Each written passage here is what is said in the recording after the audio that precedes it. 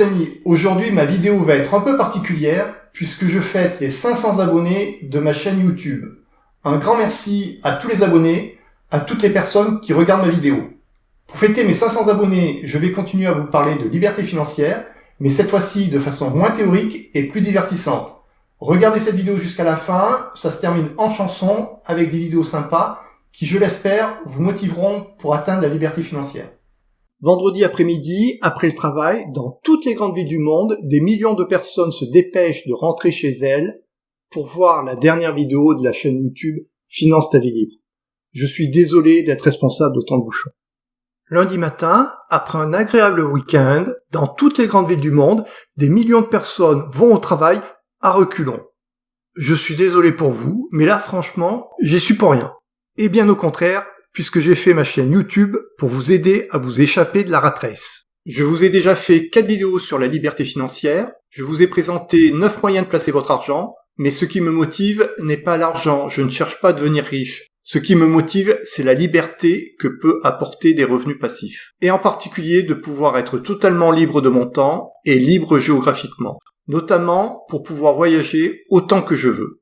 Je n'ai pas encore atteint l'indépendance financière, mon taux d'indépendance financière est de 83%, mais je suis déjà très libre de mon temps, et libre géographiquement, ce qui me permet de voyager à l'étranger 3 à 4 mois par an. Peut-être que vous en avez marre de travailler dans ce type de bureau open space, j'ai connu ça, mais il est vrai que je trouve plus sympa de louer un appartement Airbnb, par exemple à Manille, à moins de 30 € par jour, avec au 41e étage, un espace partagé où vous pouvez travailler tranquillement.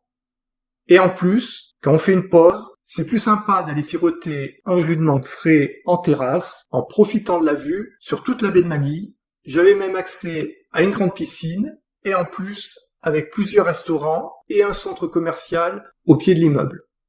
Il faudra expliquer à votre manager que le seul type de bureau open space qui vous rend heureux, c'est celui qui ressemble à la photo. Le studio aussi était plutôt sympa, avec également une vue sur toute la ville et des sensations fortes puisque lors de mon séjour, il y a eu une alerte tempête, c'était assez impressionnant à observer. L'avantage d'avoir la liberté temporelle et géographique, c'est que l'on a tout son temps pour visiter, on peut se poser, prendre le temps de s'imprégner de la culture. Et en Asie du Sud-Est, vous pouvez aisément trouver des appartements comme celui que je vous montre, à moins de 30 € la nuit, avec tout l'équipement nécessaire pour se sentir comme chez soi. Et en plus, j'étais à 10 minutes à pied du quartier d'affaires de Manille, Makati, qui a une agréable coulée verte, Greenbelt, qui borde une succession impressionnante de centres commerciaux. C'était un cadre super agréable, j'adorais y manger en terrasse en soirée. Ce que j'ai découvert, c'est que beaucoup de Philippins sont de fervents catholiques. Dans beaucoup de taxis, il y avait une statue de la Sainte Vierge.